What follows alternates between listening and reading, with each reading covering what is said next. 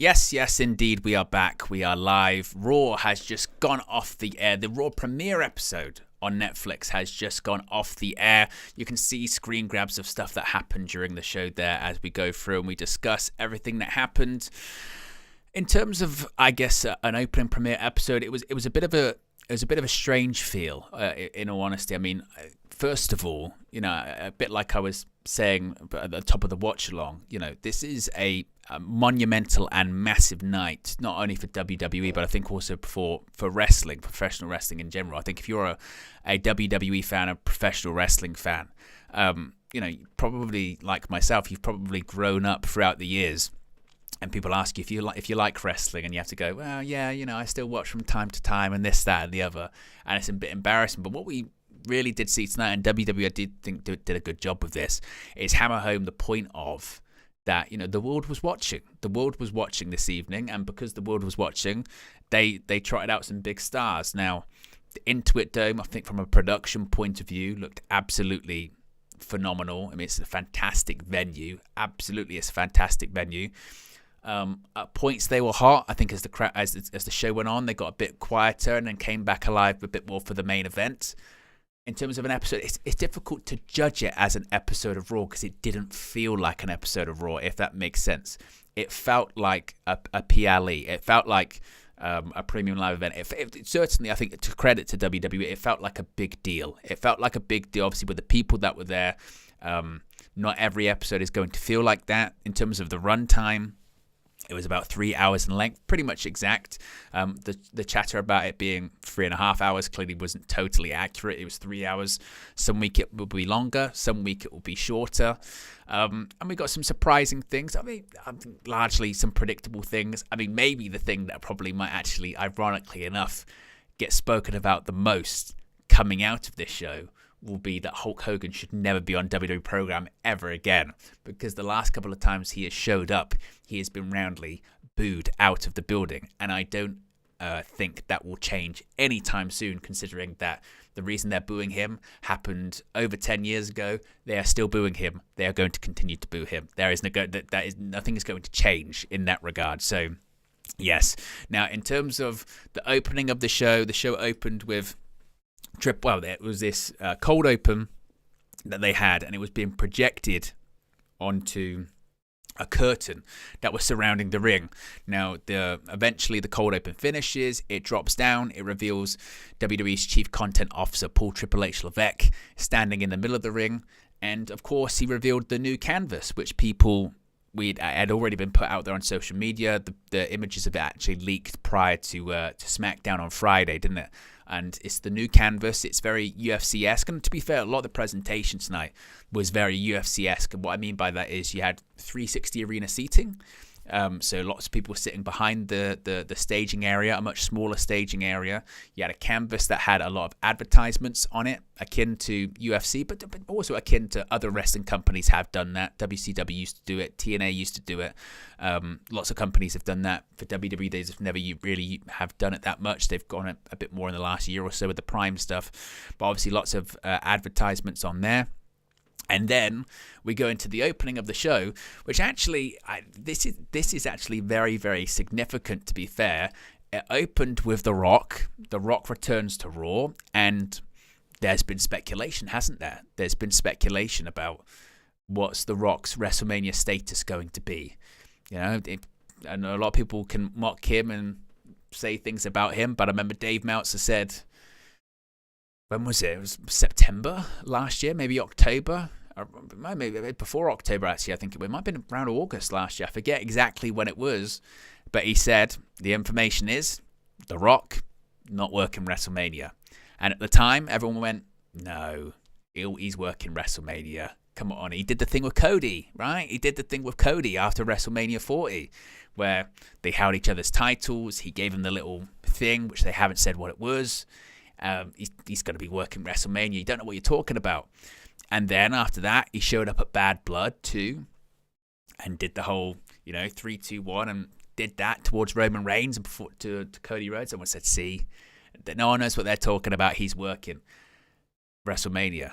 Well, what we saw this evening, folks, is I don't know if he's going to go by the final boss anymore, But heel Rock is over. Heel Rock does not exist right now. They might as well. They didn't come out and say it explicitly, but I don't think they necessarily needed to. But there is no doubt in my mind, watching Raw tonight, The Rock, he is not working WrestleMania. In fact, think about what they did with him this evening, okay? He comes out and he does a generic Rock promo where he's basically, how big of an evening it is for WWE, puts over the Netflix officials and the Netflix executives, puts over, he's hugging the TKO people at ringside as well, and then he gives credit to Cody Rhodes. He says Cody Rhodes carried the company on his back. He also handed his People's Championship to his daughters. So he's not carrying around the championship that doesn't mean anything anymore. So the bout's gone. The heelness is gone. He did his catchphrases. He then hugged Cody Rhodes. You can see it right there at ringside. Hugged him. Bear in mind, the last time we saw him with Cody Rhodes was, again, night after WrestleMania, and he was teasing he was going to fight him. He made him bleed earlier on this year and was doing all the Mama Rhodes stuff. So he's babyface. He essentially, The Rock came out this evening and essentially went, that thing we were doing with Cody, we ain't doing it. I'm a good guy. The final boss? I've given my bout to my kids. I've hugged Cody Rhodes. We're not doing it. So that, if you had any doubts in your mind about is The Rock, isn't he working WrestleMania, he might show up. He might show up and he might do an appearance. He is not wrestling a match. And I think now those reports suggesting what possibly could happen for the big matches at WrestleMania, I think are accurate. I think you're probably looking at CM Punk versus Roman Reigns. And I think you're looking at Cody Rhodes versus John Cena. Cena even teased it himself later on. I think that's what's happening. That's the likely outcome for WrestleMania, particularly again coming out of this show 1,000,000%. So that was quite surprising because I think people expected possibly to see some kind of heelness from The Rock, some kind of, again, heel tendencies from him or something like that, or even if it was a tease for later on down the line. But no, I mean, to be honest, it kind of said to me, Rock doesn't even know when he's going to be working. To be honest, he doesn't actually have a clue. So again, I think that's very, very significant to say the least. So yeah, The Rock comes out and then he leaves. and then he just leaves. And it was like, oh, okay. So then we go into tribal combat. And Roman Reigns wins the Ula Fala from Solo Sikoa. And if you've seen any of the post shows that I've done in the past that I've had, where I've been talking about Roman Reigns matches, for all of the talk about cinema and aura with Roman Reigns and the storytelling and the promos and all that kind of stuff and the segments that we get, sometimes, not all the times, but sometimes you can end up in a Roman Reigns formula match. And it's kind of a bit different now that he's a babyface again. When he was a heel and he was in his title reign, this used to be all the time. But he used to do that posturing, walk around, trash talk, false finish, and then he would win the match. It'd be a little bit different now, but they essentially they kind of almost ran back to a lesser extent, but they kind of ran back the Cody Roman finish for WrestleMania, really, didn't they? Where I remember, and maybe I'm just remembering this wrong, but I remember in the first tribal combat match that they had, which was Reigns versus Jey Uso at SummerSlam back in 2023, one of the stipulations was no interference. I remember that. No interference. And then it was stupid because Jimmy Uso got involved anyway. And he'd go, I thought there was no interference. But it looks like Reigns is going to win the match. And then what happens? The new bloodline gets involved. That's Tama Tonga, Jacob Fatu, they get involved. And at one point, they all hit moves on Reigns, including a Samoan Spike. And you're thinking, why is nobody coming out? why is nobody doing anything? In typical pro wrestling fashion, the reason nobody was doing everything because they waiting for their music to play. Once the music plays, out comes Sami Zayn, out comes Jimmy Uso. They fight off the new members of the bloodline. And then you think, right, Reigns is going to win now. And this was an interesting, nice little swerve, actually. In comes Kevin Owens. Of course, he's still got his problems with Reigns and with the bloodline. So he gets involved. It's a stunner. Roman Reigns kicks out, We know Cody's coming out, so Cody comes out, fights with Kevin Owens. Eventually, Roman Reigns hits the spear, hits a couple of spears, gets the victory, and as you can see in the pictures, out comes The Rock again. And you thought, right, maybe it was just a swerve, right? It was just a swerve. The Rock, now he's coming back out. Of course, last time we saw him was at Bad Blood, and he did remember that? Remember this? He did that? Yep. Apparently that was actually, I'm going to put the Ula Fala around your neck because I'm not going to do anything. Because again, I'm not working WrestleMania. So he comes out, he embraces his cousin, he puts the Ula Fala on him and stands backwards. So once again, just to clarify what's going on with The Rock right now, the guy that he was bloodying and beating up, Cody Rhodes, he's hugging him and he's praising him. He's given away his People's Championship belt to his kids, and now he's put the Ula Fala on his cousin and stood backwards. He is a babyface. We will not see him. Well, we might see him again. We'll see him tomorrow on NXT, but he's not doing the final boss shtick. He's not a heel, and he's not wrestling at WrestleMania. We got that near enough guaranteed this evening. Now, as far as what's next for Roman Reigns, they had a thing later on in the show where he was backstage. I think he's going to be involved in the 2K stuff. I think he's going to be showing up on Raw on January 27th. He'll probably be in the Rumble match, I would think. Again, I think the expectation is he's probably going to be facing Punk at WrestleMania. Of course, Punk's got the favor from Paul Heyman that he's going to cash in, which might be to face Roman Reigns. They did good numbers on social media when they had the build up to the whole Survivor Series stuff. So I think they might do that. But yeah, that was I think that's the end for the Reigns versus Solo stuff. I suppose the question now is, what does that mean for for Solo and the new bloodline? Where do they kind of go from there?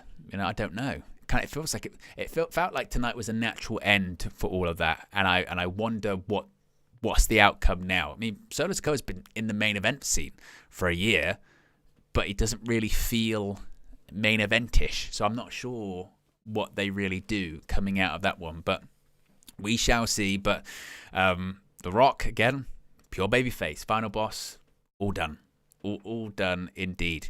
Now, we did have a little bit of confirmation, actually, that Penta Alzero Miedo, Penta, literally the vignette now says Penta on the mask. Later on in the show, Chad Gable was talking backstage to Adam Pearce, and he says he wants to face a best luchador next week. So we're going to get a Penta debut next week. That was near enough confirmed during the show.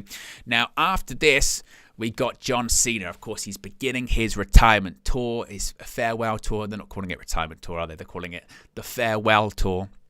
So John Cena came out and cut a promo, and it was a good promo, actually. And I keep having to remember, for some reason in my head, I keep thinking that Cena's going to have his final match at WrestleMania, but he's not. John Cena's having his final match in December. He's doing a full year, and he's going to be wrestling matches all year. He comes out and he says a good promo. He's one of the best promo people of all time. Obviously, he's a legend. He's an icon at this point. So anything he says, they eat up. And Cena comes out and he says, I'm going to give it another go, and things I want to try and achieve in this last run. Maybe become a 17-time world champion, break the record. Of course, the crowd goes crazy. He goes, well, I think that's very, very unlikely. And everyone's going, why? You're John Cena. What do you mean it's very unlikely? And he brings up a good point. He goes, I haven't won a match in over 2,000 days. Yeah, that was the last time he won a singles match. He doesn't win matches anymore. He's going, I would need a miracle. I would need a miracle. And then he does the thing, he goes, I'd have to win the Money in the Bank, or I'd have to win Elimination Chamber, or maybe I'd have to win the Royal Rumble. Maybe that's what I'll have to do. And then he goes, okay, I'm going to enter the Royal Rumble. Now, again, I think the expectation is, again, according to the reports, that it's going to be Cena versus Cody at WrestleMania. Okay. That would probably be for the championship. Okay. Does that mean he wins the Rumble? Well, I think it's a good argument too. It doesn't necessarily have to, but it'd be a good story, wouldn't it? If he could do that. And again, I think there's a feeling or an expectation that maybe he could. And then it's a big main event. Cena possibly win the 17th at WrestleMania. That would be massive. And then you go, yeah, but he's going to retire. But then but he's going to retire at the end of the year. He's not retiring at WrestleMania. So feasibly, he could win the championship at WrestleMania and then have a bit of a run with the title and then drop it later on. He could do that. Absolutely, he could do that. So I think they laid it out. I mean, again, I don't know if it's guaranteed that he doesn't have to win it. He could win Elimination Chamber, or they could just set up the match. There's many different ways to do it, but I think that's the story, isn't it? It felt like coming out of this show, like that's the story, isn't it? The fact that he comes out and he goes, I can't win anymore. Then when you win the most improbable match, he would tie Austin for 3 Royal Rumble victories. And because he doesn't retire at WrestleMania, because he retires at the end of the year, there is like legitimate feeling of, well, actually he could win. Sometimes the problem is with people that are retiring, you know they're not going to win because, again, they're on their way out. But again, it's in April. His last match is in December. It's viable he could win that match at WrestleMania and then hold the championship for a couple of months, maybe. Why not? So I think they've laid out a good story to tell. Then, as I always say, just because it's predictable, because now people will say, well, it's predictable. That definitely means Cena's going to win the Rumble, and that's too predictable. I don't want it to be that predictable. Well, just because it's predictable doesn't mean it's bad. I mean, we've seen quite a few actually moments over the last 18 months or so with WWE that you could argue that they have been predictable moments. But just because they're predictable doesn't mean it's bad. Everything doesn't have to be unpredictable. Obviously, everyone loves to be surprised, but sometimes it's knowing something's coming, but you don't know when it's going to come, or knowing that something's going to come and waiting until you get there. It's like it's a Breaking Bad principle, isn't it?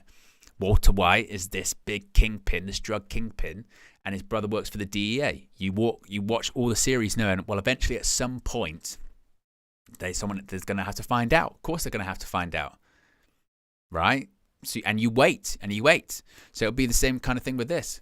Going, well, even if I think he's going to win the Rumble, and then he does win the Rumble. It's a great story. So I think that I think they set their stall out for that. Absolutely, they set the stall out, and good promo by John, but also as well, he's going to be wrestling a lot of matches. Didn't wrestle this one this evening, and didn't need to.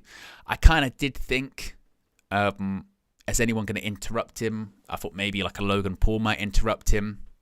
Didn't happen. I suppose it wasn't necessarily needed. Again, we've seen what Cena's story is going to be, I think, moving forward, which is obviously all focused on the Rumble. I think that's what that's going to be. Next up, we have a brand new Women's World Champion, Rhea Ripley, defeats Liv Morgan. And to be honest,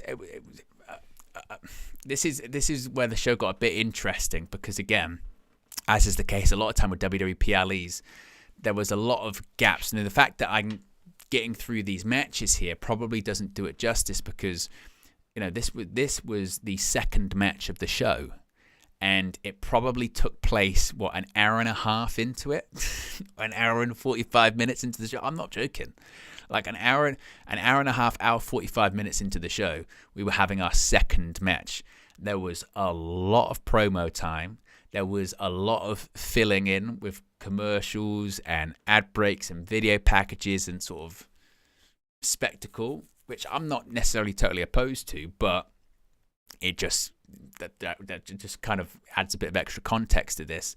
So by this point, a lot actually had happened, so the crowd was a bit flatter, shall we say, But Ripley, she gets the victory. I mean, we've seen the match a few times between these two, so it wasn't totally surprising with really what we saw, but it was largely, Judgment Day there at ringside. It's 3-on-1. Ripley has to overcome the odds. Eventually she does, hits 2 riptides, gets the victory, 1, 2, 3. She's the Women's World Champion. I think there maybe was some speculation that maybe we would see a return. I know Becky Lynch was featured in the Raw Netflix adverts. There's been chat about possibly Charlotte Flair coming back soon. Didn't see a return. Did we need to? Probably not. And particularly with the post-match stuff, it wouldn't have made any sense either. They decided to go down the route of Rhea Ripley getting the victory, and she posed with The Undertaker, Hall of Famer credibility. It's something that will go viral on social media, and that's what they decided to go with. It puts an end to this whole Rhea Ripley, Liv Morgan stuff. I think it probably puts an end to this Rhea Ripley, Dominic Mysterio stuff. I think the direction for her at WrestleMania most likely will be two people she's faced before at WrestleMania, right? Which it'll either be Charlotte Flair or it'll be Becky Lynch. It might be both. It could very feasibly be both of them, possibly for WrestleMania. You never know. I mean, obviously, Rhea Ripley faced Becky Lynch last year, didn't she, at WrestleMania?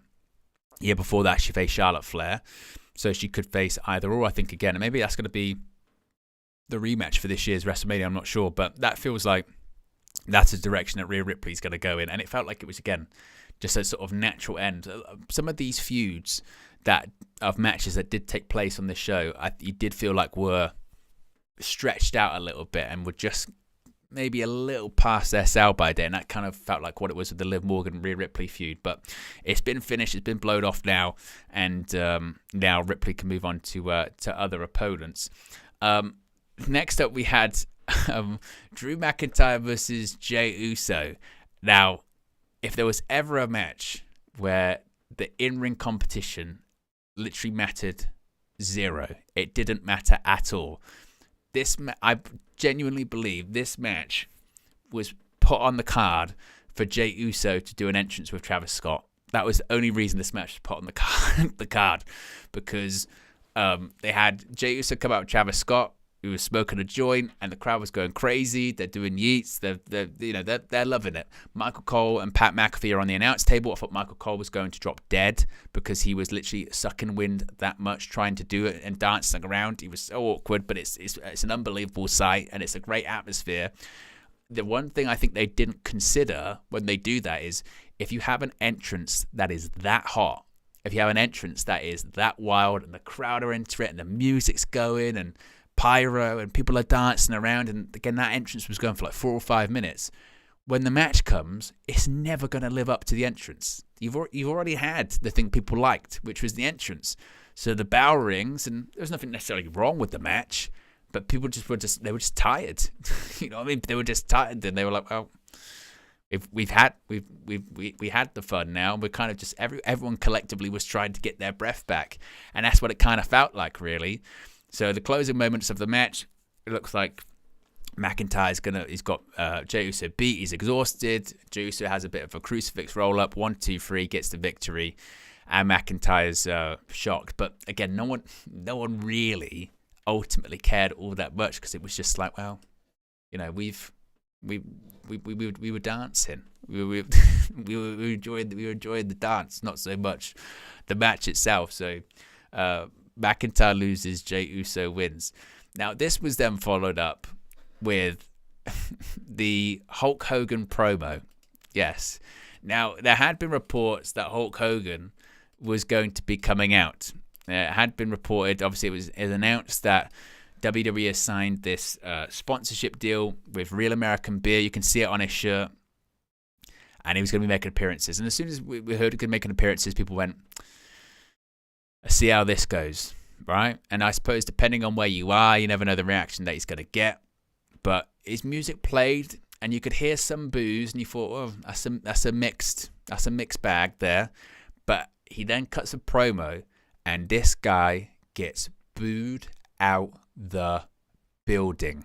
I mean, booed out the building. It got louder and louder and louder and louder. And I don't know what WWE thinks is going to happen, because this has happened a bunch of times now. They had him be the guest host for his hometown in Florida, or where he's lived for ages. And he was the guest host of WrestleMania 37 back in 2021. Again, and that was in a stadium that was half empty because of the pandemic. He got booed out the stadium then. That was 4 years ago now. And what do they expect? What do they expect is going to happen? You know, and if it was awkward. It was awkward. You had a guy out there cutting a babyface promo, and again, an old guy out there trying to cut a babyface promo of an arena of people that didn't want him there. You know, and yeah, right, you've got some beer sponsorship. You shouldn't be on TV. It's clear. It's clear. People haven't forgotten. They're not going to forget. A lot of them aren't going to forgive, and I can't blame them. You know, whether or not he's really showed remorse, I don't think so. You know, largely, again, it kind of apology has been, I'm sorry that people heard me say that, which isn't saying sorry for what you said either. And don't bring him back out. Don't. It's simple as. So I don't know why they continue to do it. And then he's featured front and center on the Saturday night's main event ads. So I don't know if they plan on him being involved in that. I had heard because of the sponsorship, of course, they had him planned for more appearances. Don't know how that's going to work.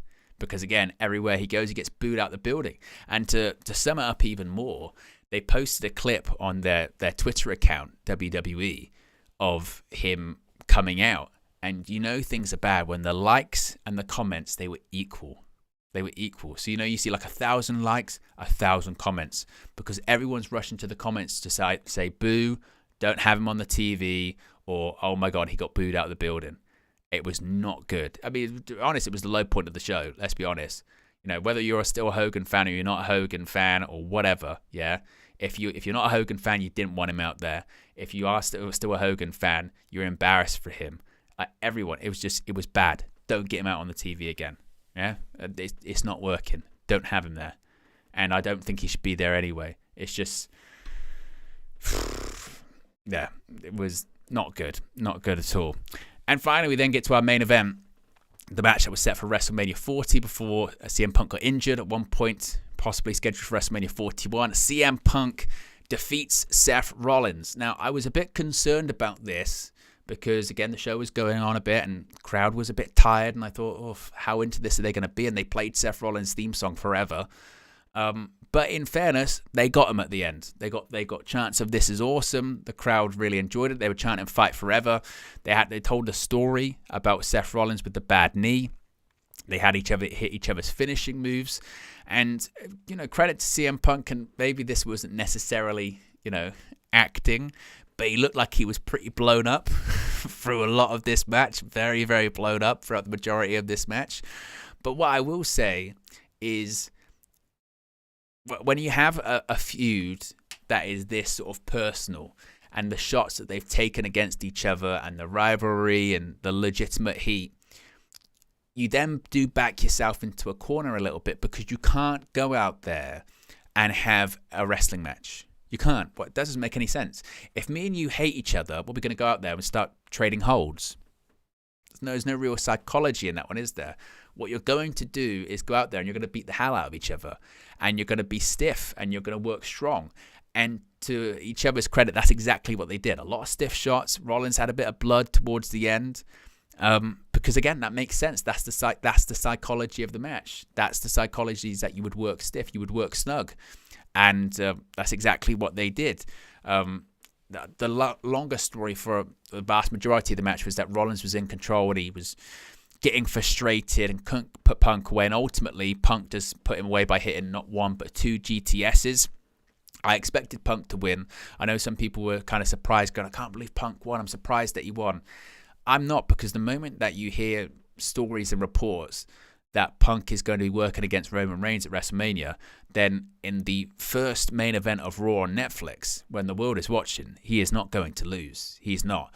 And they are still in that phase when it comes to Punk, that because he hasn't been back so long, they almost do need to reestablish him, that he does win matches and he is as good as people say he is, and this, that, and the other, because they're going to set him up for a match against Roman at WrestleMania.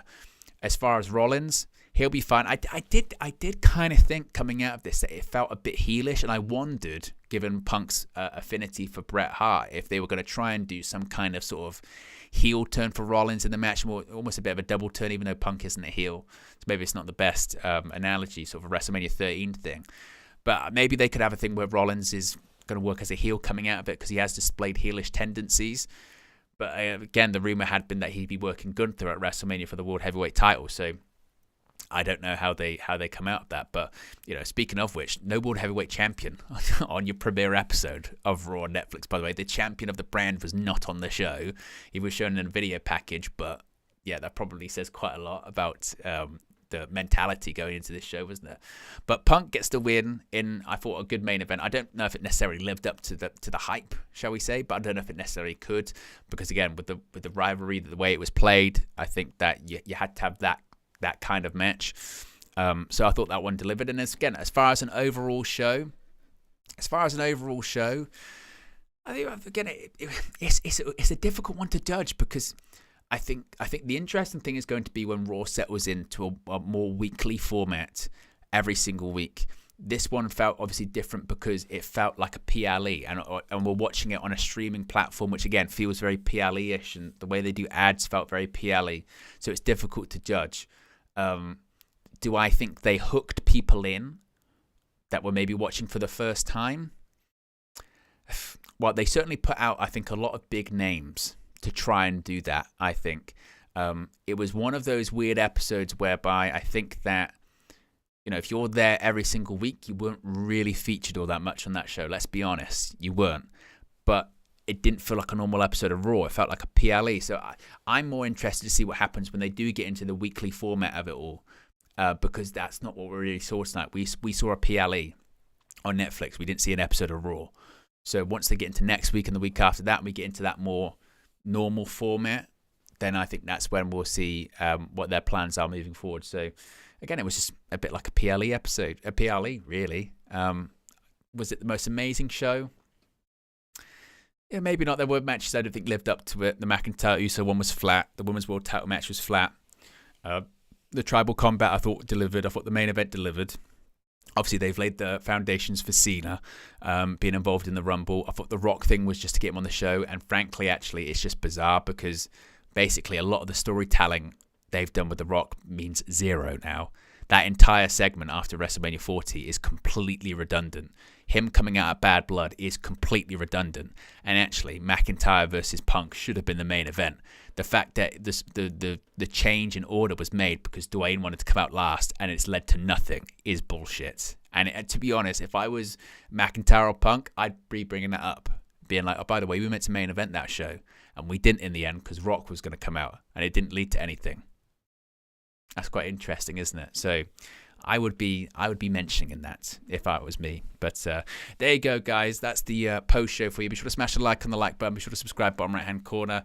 I appreciate everyone that's tuned in this evening. We'll have news videos coming up tomorrow, and I'll speak to you again very soon. I'm out of here. Peace.